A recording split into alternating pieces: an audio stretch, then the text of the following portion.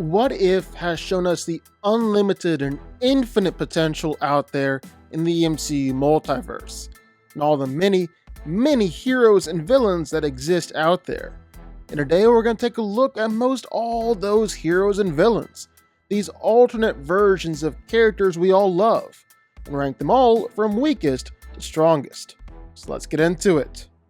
What's up guys, this is Danko. I do fight breakdowns, power ranking videos, or more deep dives into your favorite characters and franchises, with new videos every week. So if that seems great to you, well, sit back and enjoy the video. Hit that like button if you want to, or hit the subscribe button while you're at it. Howard the Duck is, you guessed it, a duck. Just a talking alien duck. It takes a little bit to get him involved in any action. He's more worried about running his bar and crime empire. But once enough's enough, well, Howard decides to go all Rambo on the Nova Corps. He might not have any real skill, just shoots his guns around, but how could we not include a talking duck who shoots laser guns? I mean, really? Hank Pym was the original Ant-Man, an inventor of the Pym particles. In this universe, well, we get to see what it would have looked like if it was him, not Scott Lang, who joined the Avengers, became a founding member. He has basically the same powers as Scott. The ability to shrink down to, I guess theoretically, microscopic sizes. The ability to communicate with and command all the insects around him. Is actually a pretty decent fighter and hero. Meanwhile, Scott fought against Thanos, Hank fought against Ego. Was actually crucial to defeating Ego. Natasha Romanoff, also known as Black Widow, was a former Avenger and currently the last surviving human from her reality. But as her reward for helping save the entire multiverse from Ultron, Black Widow was sent to a different universe where that universe's Widow was already dead, so she could have a bit of her old life back. Black Widow was a master martial artist. She was a fighter and a survivor, and could easily take down Ultron sentries that were sent her way. Turns out, she's also a pretty accurate shot with a bow and arrow, as it was Widow who ultimately put down Infinity Ultron by putting an arrow directly into his eye. Hank Pym went a little crazy when his daughter Hope was killed on a S.H.I.E.L.D. mission, as he assumed the Yellowjacket mantle and swore to have vengeance against Nick Fury and S.H.I.E.L.D. And that vengeance looked like murdering all the candidates for the Avengers Initiative, destroying Fury's life's work. As Yellowjacket, Hank could shrink down to microscopic sizes, just like he was Ant-Man. But his motives were always a lot more nefarious, like he snuck inside of Iron Man's body and rearranged his organs in order to kill him, shrunk down inside of Hulk, then caused Hulk to explode from the inside out. And he didn't stop there, killing Thor, Hawkeye, and Black Widow as well. Nebula was a former member of the Black Order, until she was found out and rescued by the Nova Corps, eventually becoming a member of the Intergalactic Police Force. And while she might have started out working for Thanos, she jumped at her shot at redemption, was actually able to root out some deeply corrupt cops and leaders. Nebula isn't just a former assassin, but a cyborg assassin, meaning that she's incredibly strong, is able to overpower most fighters, is incredibly tough, can take most attacks no problem. She's also a skilled fighter and a master strategist. She's able to easily read people and quickly come up with plans and strategies on how to outthink them and how to beat them. King T'Chaka is the king and ruler of Wakanda, and before T'Challa was even a twinkle in his eye, he was the Black Panther, which means that he took the heart-shaped herb, giving himself superhuman strength, speed, and durability. And all that is only further increased by his vibranium suit. Because even all the way back in the 1980s, Wakanda was way more advanced than the rest of the world, and the Black Panther suit was still nearly impenetrable. Lastly, T'Chaka was a trained and highly capable fighter. He was able to take on a whole swarm of Ego's army and hold his ground against all of them. Happy Hogan started out as just Tony Stark's loyal friend and head of security. But when he took an experimental dose of gamma radiation, well, he became the Freak. Basically the Hulk with all the pros and none of the cons. So, superhuman strength, but you get to keep your intelligence. But you're also just very, very angry. Now, we never got to see Happy's full potential with these new powers, but I think it's safe to say that he's not quite as powerful as the actual Hulk. However, he was able to fight against Justin Hammer in the Hulkbuster armor, so clearly Happy's got some of the Hulk's strength and power. In this universe, Steve Rogers was never able to take the Super Soldier Serum, become the hero Captain America, but he was able to basically become the first Iron Man, the Hydra Stomper. In this incredibly powerful suit of armor, Steve was strong enough to plow through most any enemy that got in his way, and durable enough to take pretty much any attack and survive. And of course, it is Stark tech, meaning that he's got plenty of weapons and high-powered pulsar blast to blow up pretty much anything. Gamora was originally the daughter of Thanos, one of the most feared assassins, one of the most dangerous women in the universe.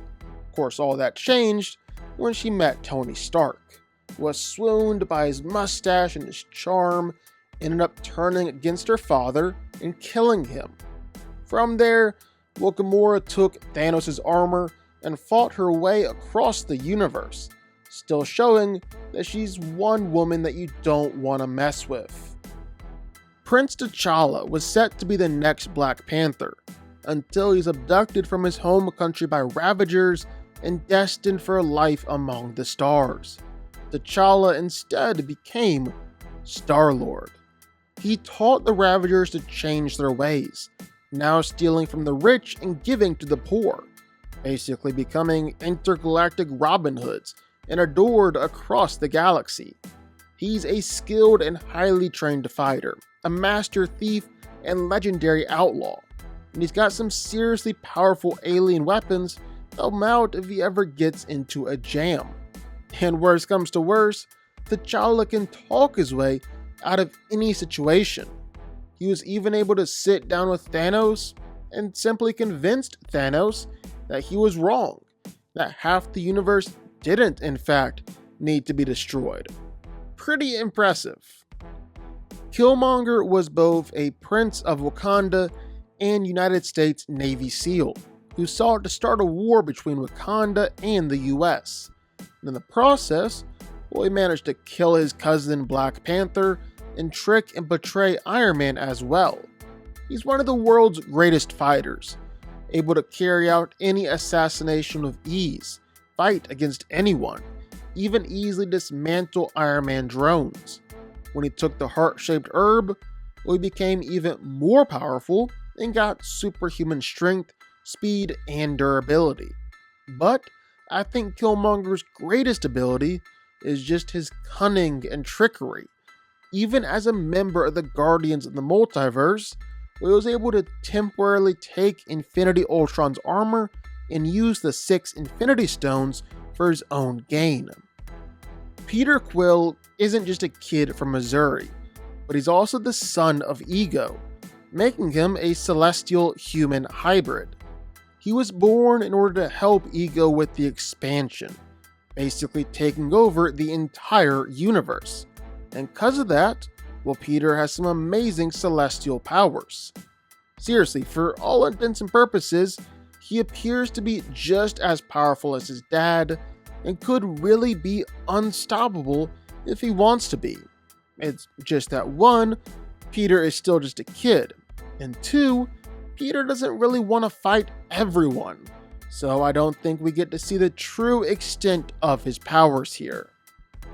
Wenwu is a legendary warrior, who discovered a set of mythical rings, founded the Ten Rings organization, and ended up joining forces with the Asgardian goddess Hela. Now, the Ten Rings might not have seemed like much at first in the movie, but we might have seriously underestimated their power. I mean, even Odin himself is sure that these weapons are powerful enough to kill a god, and Wen Wu is an absolute master when it comes to wielding them. He's a deadly fighter and a powerful warrior. I mean, we saw this play out. He's actually able to fight against Odin. Kahori was just an ordinary young woman until her village was raided and she fell into the Tesseract-filled waters in the Forbidden Lake. This transported her to the Sky World, where she gained some truly incredible powers and abilities. She absorbed energy and power from the Space Stone, meaning that Kahori can now basically channel that cosmic energy any way that she wants. She can move at superhuman speed, manipulate objects in the air and control their movements, even instantly create portals to anywhere in the multiverse, and send people through these portals with just a thought. Thanos was originally a kingpin and warlord, but he was eventually talked out of all this by T'Challa, so Thanos joined up with Star-Lord and the Ravagers instead. Now, this version of Thanos is just as strong and powerful as any Thanos out there, meaning he's able to pretty effortlessly beat up anybody in his way, taking on whole armies by himself. He's able to fight against strong and skilled warriors like the Black Order. However, and I think it's because this Thanos isn't as ruthless as others, he doesn't seem to fight as hard or fight as fierce, and so he can be beaten by a handful of powerful warriors. Thor, Odin's son, is the Prince of Asgard, and grew up on Asgard as an only child, leading Thor to become a bit irresponsible and throw some serious parties across the galaxy. Now, this Thor is incredibly powerful. He was able to fight against Captain Marvel one-on-one, send her flying halfway across the world with just one good hit. And he's just as durable too, taking hits from Captain Marvel, being sent flying halfway around the world himself. Then there's Mjolnir, a weapon with nearly no equal. When Thor starts swinging it around or shooting lightning, well, there are very few beings that can stand in his way. Scarlet Witch was an Avenger with incredibly powerful psionic abilities, until she was infected with the quantum virus and transformed into a flesh-eating zombie. Now, Scarlet Witch is still just as powerful as ever. She's been able to take on Avengers all by herself, or even battle against possibly universal beings. But she's a zombie, meaning that as soon as she gets hungry, well, she can kind of transform into an unhinged monster, attempts to destroy anything in her path. Captain Marvel isn't just one of the most powerful Avengers, but she's one of the most powerful humans in the entire universe. Period. She was able to fight against Thor for a good long while, rocking him with every punch she threw, and ultimately beating him in the fight. Then there's her fight against Infinity Ultron too. Sure, she was ultimately killed, but bull rushing him into the core of a planet, nearly destroying the planet itself? Yeah, Captain Marvel is insanely powerful. Queen Hela is the Asgardian goddess of death, who was originally hellbent on conquering the cosmos alongside Odin. However, Odin was a bit disturbed by her bloodlust, so he depowered her and sent her to Earth to learn mercy. And she did. Along the way, she also gained the ability of air manipulation. So, with those new powers and some new friends, well, she was able to fight against her father Odin and actually ended up beating him, but showed him mercy. So Hela's old powers were restored with her new friends and abilities, while she set out to liberate anyone under oppression throughout the universe. Ego is a powerful celestial, and in his pursuit of purpose, well, he figured the ultimate purpose would be to just transform the rest of the universe into extensions of himself. And that's what he set out to do, calling it the expansion. Ego is, for all intents and purposes, a god. And man, does that show.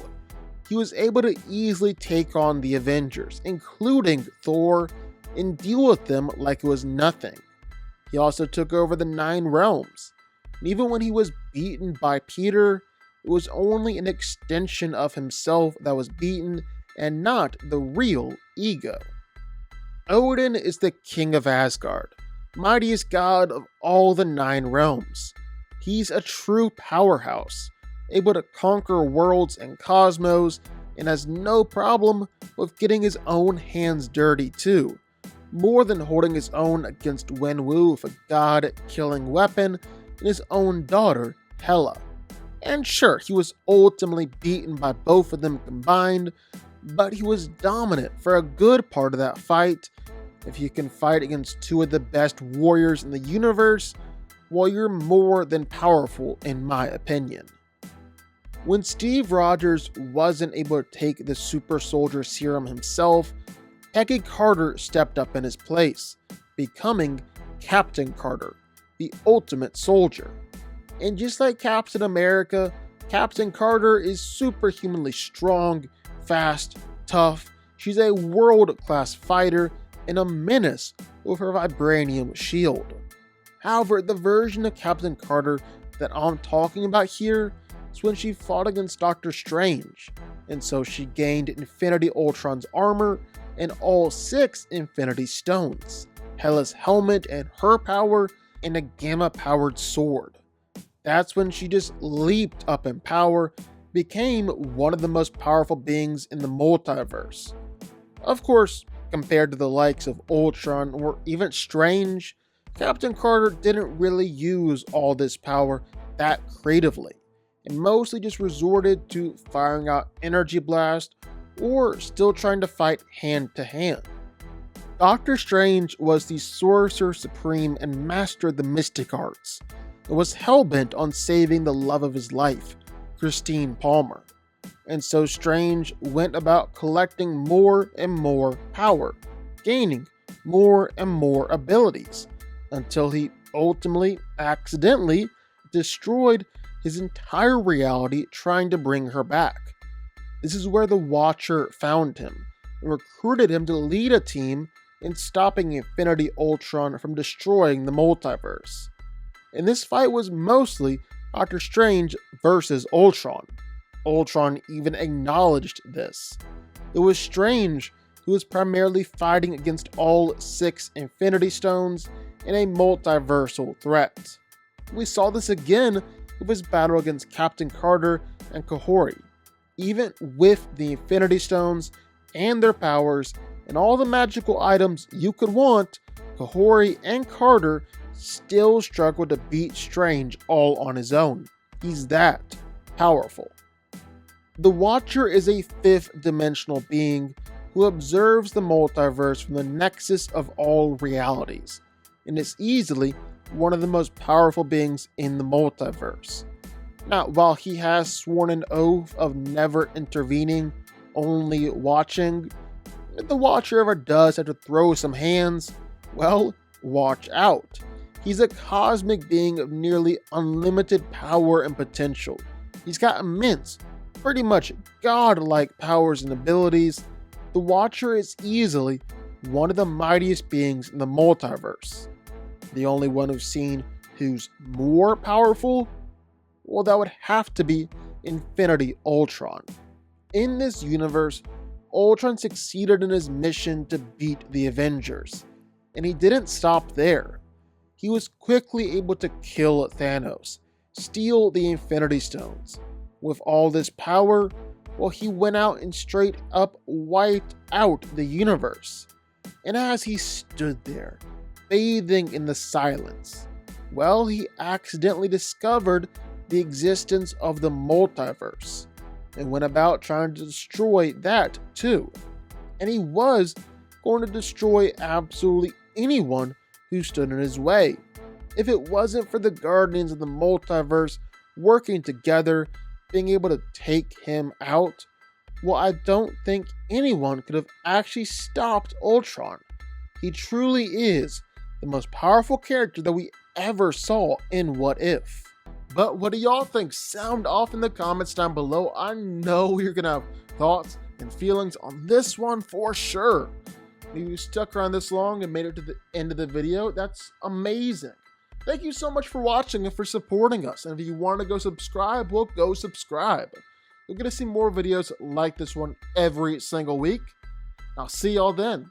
I'll see y'all next time.